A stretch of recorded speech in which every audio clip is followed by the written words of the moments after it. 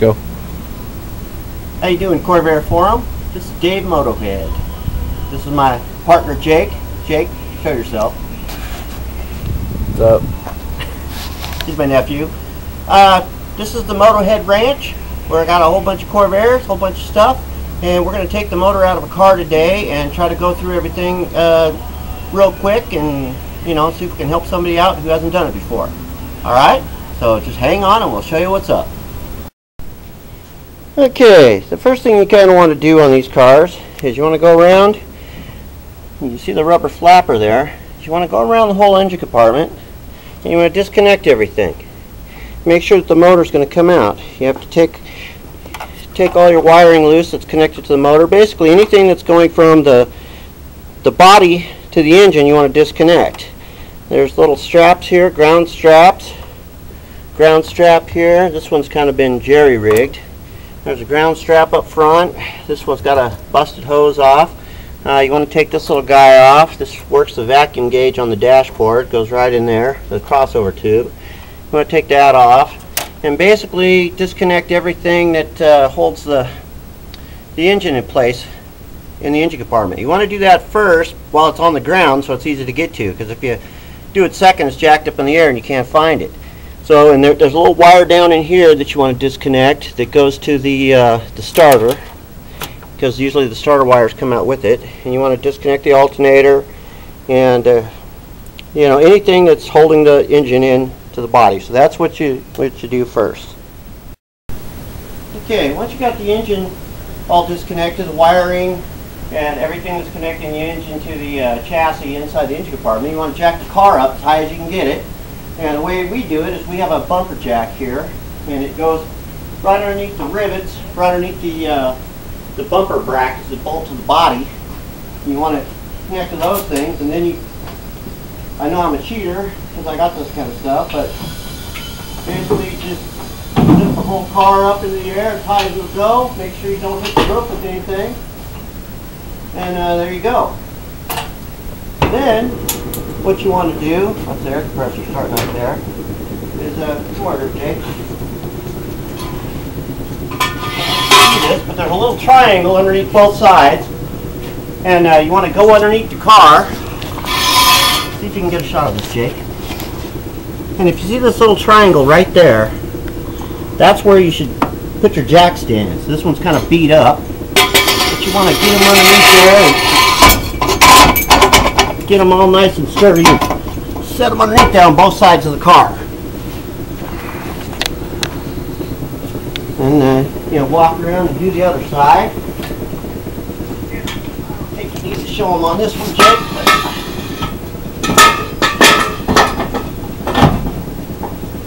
Okay, once you got your jack stands under there secure,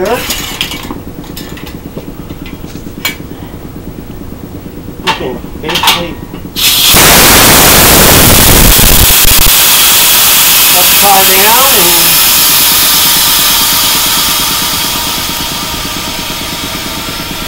you're ready to rock and roll. Well, Jake's got the wheels off, and the first thing we're going to do on this car is, I don't know if you can see it or not, but it's full of spider webs. So you can see everywhere. It's a problem we have up here in the high desert is there's black widows everywhere, and I've had more than one of them fall down my shirt sleeve when I've been reaching up from the bottom of the car disconnecting stuff. So we're going to get in there with the air hose and a broom and try to get all the critters out of there and the cobwebs and hopefully any black widows that might be up in there. So we'll do that first and then be right back with you. Okay, Jake's pretty much got everything cleaned out now. So the first thing you want to do when you get down in here is you want to get everything disconnected.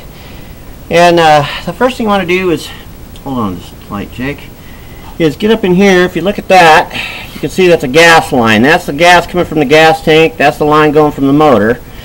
So we want to disconnect that so we can pull it out. We'll probably just cut that in half because it's got a split in it. So that's the first thing you want to do. And then you want to start disconnecting, give me the, hold on a second here. There's a creeper. Let's look and see what we got in here. Give me some slack on that, Jake. Okay, this is what we got underneath this motor. And you want to disconnect. This here is the shift shaft. You want to pull the pin. There's a cotter pin in there. You want to pull that out. This thing looks like it's leaking pretty good. You want to disconnect the clutch here. Take the spring off. There's a cotter pin on the other side of that, and pop that out. And you want to disconnect, let's see what else. What you want to do is you want to get underneath this motor and you want to start pulling things apart. You want to take the shift lever off. There's an actual pin in there. There's a cotter pin on it with a pin going through. That's a shift coupler. Goes up to the motor. Shift tube goes up to the front. You want to pull that off and drop that.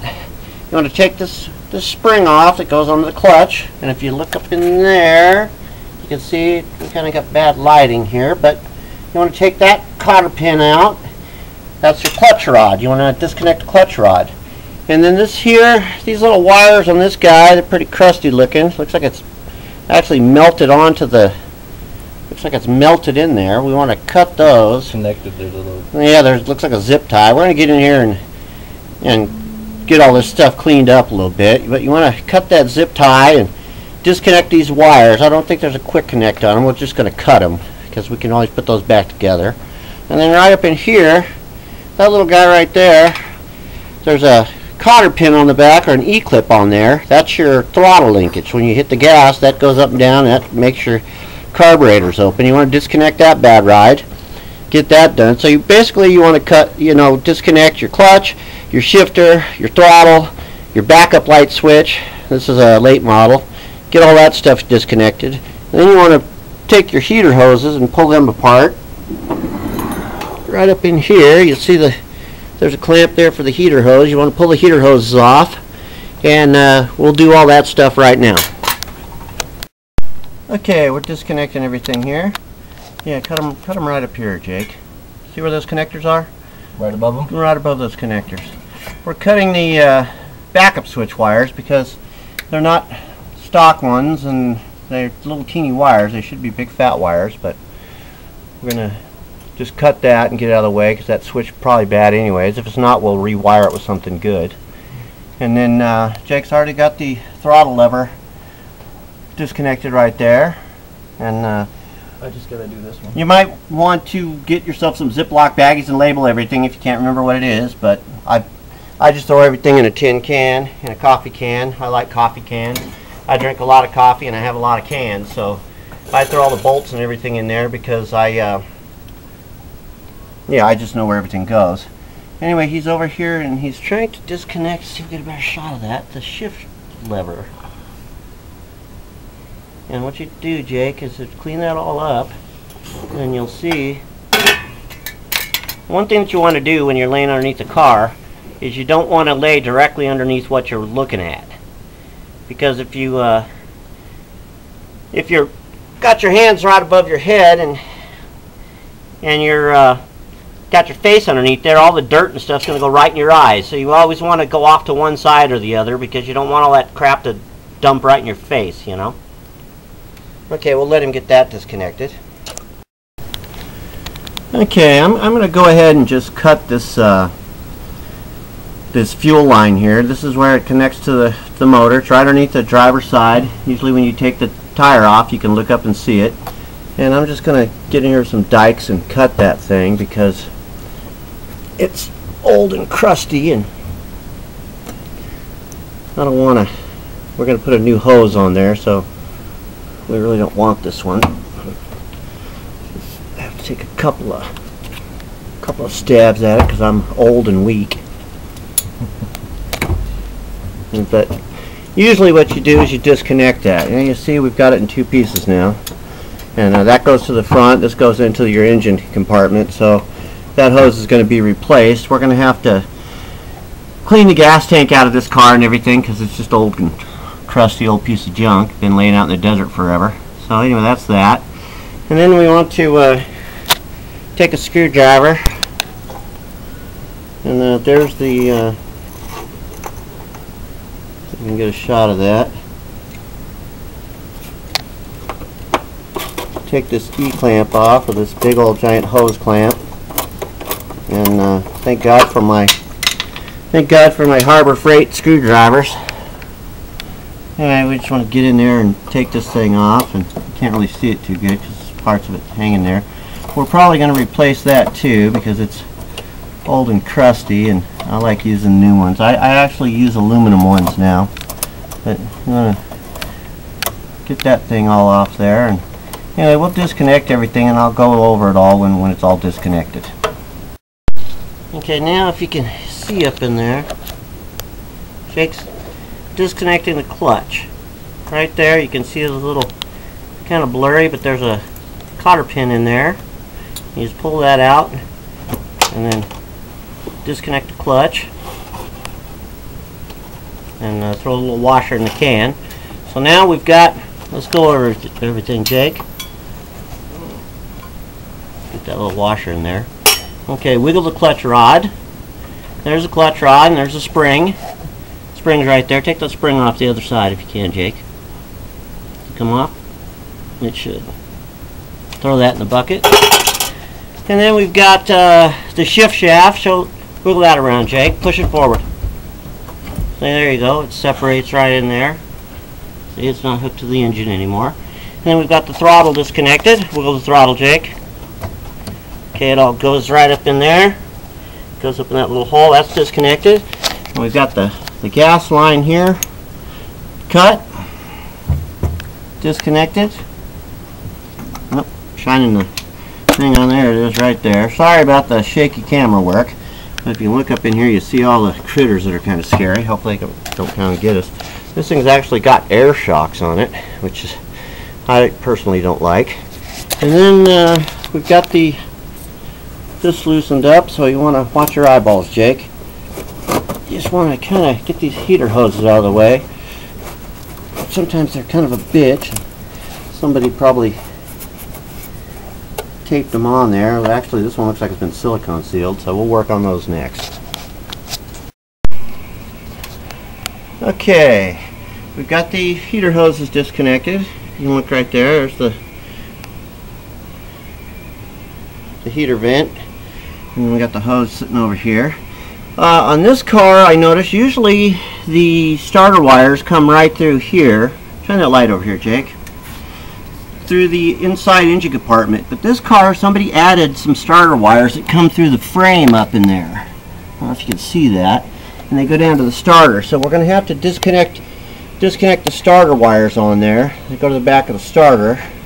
Right in there. So we'll do that. And then, see those wires up in there, Jake? Get up in there and disconnect those two wires. Which two right there? Yeah, right on the starter. Okay. There's actually 3. So we want to disconnect those, and it looks like they come through here up in the frame. I know our lighting's kind of crappy, but usually they come through the connector down there, but these are coming up here. So if we went to drop the motor, we'd rip the wires out with it. Okay, while Jake's disconnecting that, the next step you want to do is you need to mark the camber adjustments, because you have to loosen up the lower control strut rods. And if you look here, you look at this guy right there, you see that's a snail adjuster cam. And what you want to do, don't have very good light in here. Maybe I can set this little flashlight up here. There you go. What I always do is I look at the marks on them. If you look at it closely, you'll see there's little teeny marks on it. You see all the little marks? And there's one mark at the top, one line at the top, if you could see that. It's maybe I can hold this on there at the same time. There you go. You can see that mark right there. And I like to take a screwdriver and mark this to know exactly where it's at, and then I take a marking pin, and mark that and mark that, so we know where it was. See, now we know where it was adjusted, so when we go to put it back together, we know where it was. And if you want to do it again, you can go up the side right here, you know, mark it like on the side, so you know where to put them. So you want to mark both of those and then loosen up the nut on the other side.